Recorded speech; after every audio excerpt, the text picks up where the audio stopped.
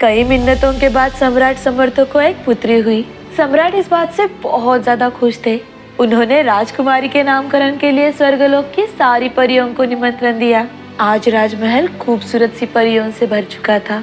एक एक कर सारी परियां राजकुमारी को देख रही थी और उन्हें आशीर्वाद भी दे रही थी। ये बहुत ही खूबसूरत और समझदार होगी। महाराज, राजकुमारी के महल में आने से आपका भाग्य खुल गया। मेरा आशीर्वाद है कि राजकुमारी आपको पुत्र से भी ज्यादा सुख देगी। आप सभी परियों का मैं दिल से सम्मान करता हूँ। आप राजकुमारी को इतना प्यार दे रहे हैं। हम चाहते हैं कि राजकुमारी का नाम भी आप ही रखें। ये निर्णय तो रानी परी को ही लेना चाहिए, पर अभी तक वो आई नहीं है। तभी जोर से हवा चलने लगती है। आसमान में काले बादलों का बसेरा हो गया और जोर जोर से हंसते हुए काली परी महल में उतरती है। उसे देखकर सारी परियां सहम जाती है, डर जाती है। लोग यहाँ वहाँ भागने लगते हैं। सारे राजमहल में भगदड़ मच गई। सम्राट, राजकुमारी के नामकरण में मुझे क्यों नहीं याद किया गया? हाँ, मुझे माफ कर दो काली परी, पर तुम राजकुमारी को कुछ मत करना। तभी भीड़ में से एक परी बोली, यहाँ सब स्वर्गलोक की परियों को बुलाया गया है और तुम स्वर्गलोक की परी नहीं हो। तुम्हें धक्के मारकर स्वर्गलोक से बाहर निकाला गया था। काली परी ने गुस्से में आकर उस परी की ओर अपनी छड़ी घुमाई और वो परी वहीं पर जलकर राख हो गई। और किसी को कुछ कहना है तो सम्राट हम ही कह देते हैं। काली परी, कृपा करके यहाँ से चली जाओ। ऐसे कैसे चली जाऊँ? राजकुमारी को आशीर्वाद तो देने दो। तुम बहुत ही बेहतर बनो, खूबसूरत बनो, पर 16 साल की आयु में ही तुम्हारी मौत एक सुई के चुभने से होगी। ये बोलकर हंसते हुए काली परी आसमान में उड़ गई। सम्राट की आंखों में आंसू थे। परियां भी बहुत रो रही थी कि तभी रानी परी आई।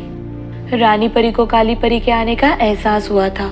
सम्राट रानी परी को सारी बातें बताता है। मैं वचन देती हूँ, राजकुमारी का जब 16वां जन्मदिन मनाया जाएगा तो मैं उसे कुछ नहीं होने दूंगी।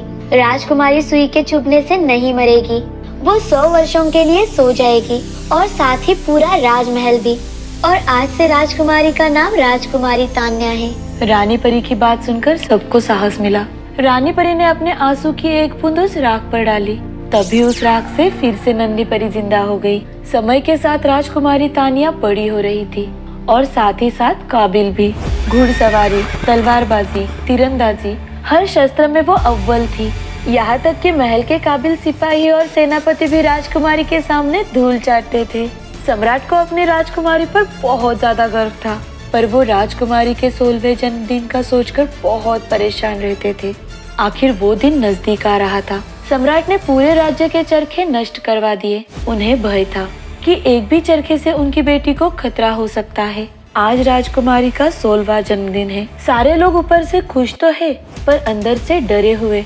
राजकुमारी खुशी खुशी अपना जन्मदिन मनाती है और महल से बाहर टहलने के लिए गई। अचानक राजकुमारी को एक खुफिया सीढ़ी दिखाई दी। यहाँ पहले तो कभी भी सीढ़ी नहीं थी। जब राजकुमारी सीढ़ियाँ चढ़कर टॉवर पर पहुँची तो उन्होंने देखा कि अंदर एक चरखा है। राजकुमारी ने जैसे ही उस चरखे को हाथ लगाया तो चरखे की सुई उन्हें चुभ गई और वो वहीं पर बेहोश हो गई। कुछ ही देर में सम्राट भी वहाँ पहुँच जाते हैं। राजकुमारी बेहोश थी। सम्राट उन्हें महल के कमरे में ले गए। राजकुमारी के कमरे में पहले से ही रानी परी थी। रानी परी, राजकुमारी की सांसें तो अभी तक चल रही है। क्या ये मर जाएगी? राजकुमारी को कुछ नहीं होगा। मैं महल के सब लोगों को नींद में सुला दूंगी। जब कोई राजकुमार राजकुमारी तान्या का हाथ चूमेगा तब उन्हें होश आएगा और सारा राजमहल भी फिर से खिल उठेगा। रानी परी ने अपनी छड़ी से पूरे राजमहल को गहरी नींद में सुला दिया। साल बीतते गए पर कोई राजकुमार महल में नहीं आया। महल के आसपास पूरा जंगल बन चुका था। 100 साल बाद एक राजकुमार अपनी सेना के साथ इस जंगल से गुजर रहे थे कि तभी उनकी नजर खंडर राजमहल पर गई। ये किसका महल है? राजकुमार धीरे धीरे महल की ओर बढ़ते हैं और देखते हैं कि सारे के सारे लोग वहाँ पर सो रहे हैं। अजीब है, ये लोग सो क्यों रहे हैं? राजकुमार महल में चलते चलते राजकुमारी तानिया के कमरे में चले गए और राजकुमारी को सोते हुए देखकर, अच्छा तो ये महल इनका है। सोई हुई ये कितनी खूबसूरत लग रही है। राजकुमार ने राजकुमारी के हाथ को चूमा और तुरंत ही राजकुमारी की नींद खुल गई। राजकुमारी के चेहरे पर मुस्कान आई। महल के सभी लोगों की नींद भी खुल गई। महल के आसपास के घने जंगल भी गायब हो जाते हैं और महल फिर से पहले की तरह चमकने लगता है। तभी रानी परी वहाँ आती है और सबको पूरी बात बताती है। मैं और सारे लोग 100 साल से सो रहे हैं। हाँ, और राजकुमार ने आपको काली परी के श्राप से मुक्ति दिलाई है और सबको नींद से भी जगाया है। राजकुमार और राजकुमारी एक दूसरे को पसंद करने लगे थे। कुछ ही समय बाद उन दोनों की शादी हो गई और इसके बाद सभी लोग बहुत खुश थे। अंत भला तो सब भला। एक बहुत बड़ा खुशहाल राज्य था। इस राज्य में रानी का राज्य था। रानी की 2 बेटियां थी। छोटी बेटी राजकुमारी समंथा बहुत ही निडर थी। एक दिन उनके राज्य में एक आदमी आया जो खुद से ही पागलों की जैसे बातें कर रहा था। नहीं नहीं, मैं अकेले ही उस पहाड़ की चोटी पर जाऊंगा और उस जादूगर वारलॉक को मार गिराऊंगा। मुझे किसी की जरूरत नहीं है। राजमहल से महारानी और मंत्री उस पागल आदमी को देख रहे थे। ये कौन है और किससे बातें कर रहा है? महारानी, वेशभूषा से राजकुमार लग रहा है और ये जादूगर वारलॉक को मारने की बात कर रहा है। लगता है उस जादूगर ने इस पे कोई काला जादू किया है जिससे इस आदमी की बुद्धि भ्रष्ट हो गई है। जादूगर वॉरलॉक ने इतने अच्छे राजकुमार को पागल बना दिया। मंत्री जी, हम इसकी मदद करना चाहते हैं। इसकी मदद करने के लिए इसकी शादी करवानी होगी। क्या? जी, अगर इसे जादूगर वारलॉक से बदला लेना है तो इसे शादी करनी होगी, नहीं तो ये पहाड़ की चोटी पर जाते ही मर जाएगा। कौन करेगा इससे शादी? हम करेंगे इससे शादी। राजकुमारी समंथा बहुत ही जिद्दी थी। महारानी समंथा की शादी उस पागल आदमी से नहीं करवाना चाहती थी, पर राजकुमारी की जिद के आगे महारानी को झुकना ही पड़ा। शादी होने के अगले ही दिन दोनों पहाड़ी की चोटी पर जाने निकल पड़ते हैं। घंटों तक सफर करते हुए रात हो जाती है। दोनों जंगल में आराम करने के लिए रुक जाते हैं। राजकुमारी चलते चलते बहुत थक चुकी थी, तो वो बैठते ही सो जाती है और वो राजकुमार बड़बड़ाते रहते हैं। वो जादूगर वारलॉक मुझे ऐसे मारेगा तो उसे मैं ऐसे मारूंगा। उसे छोड़ने वाला नहीं हूँ मैं। सुबह हो जाती है और चिड़ियों की आवाज से राजकुमारी समंथा की नींद खुल जाती है। वो देखती है कि उनका पति अभी तक सो रहा है और उनके मुंह से छोटे छोटे पिक्सीज बाहर आ रहे हैं। तुम इनके शरीर के अंदर क्या कर रहे हो? कहीं तुमने तो इन्हें पागल नहीं बनाया? नहीं, हमने तो ऐसा कुछ भी नहीं किया। राजा सुलेमान ने हमें अपने शरीर में पनाह दी है। क्या मतलब? और ये राजा सुलेमान कौन है? यहाँ से बहुत दूर एक राज्य है। उस राज्य के राजा है राजा सोलोविन। और हमारी मदद करने के लिए वो हमारे साथ जा रहे हैं उस जादुई पहाड़ी की चोटी पर। कैसी मदद? हम अपनी महारानी के साथ एक तालाब में रहते थे। हमारी महारानी और हम सब पिक्सीज को ताकत एक जादुई पत्थर देता था, जिसके बारे में किसी को कोई खबर नहीं थी। पर ना जाने जादूगर वारलॉक को इसके बारे में कैसे पता चल गया। वो जादुई पत्थर मुझे दे दे। हमारे पास कोई जादुई पत्थर नहीं है, तुम यहाँ से चले जाओ। लगता है तुझे अपनी पिक्सीज से प्यार नहीं है। 1 मिनट में सारी पिक्सीज का जीवन छीन लूंगा। हा हा हा हा हा। अब तू ही सोच, तुझे जादुई पत्थर चाहिए या फिर तेरे लोगों का जीवन?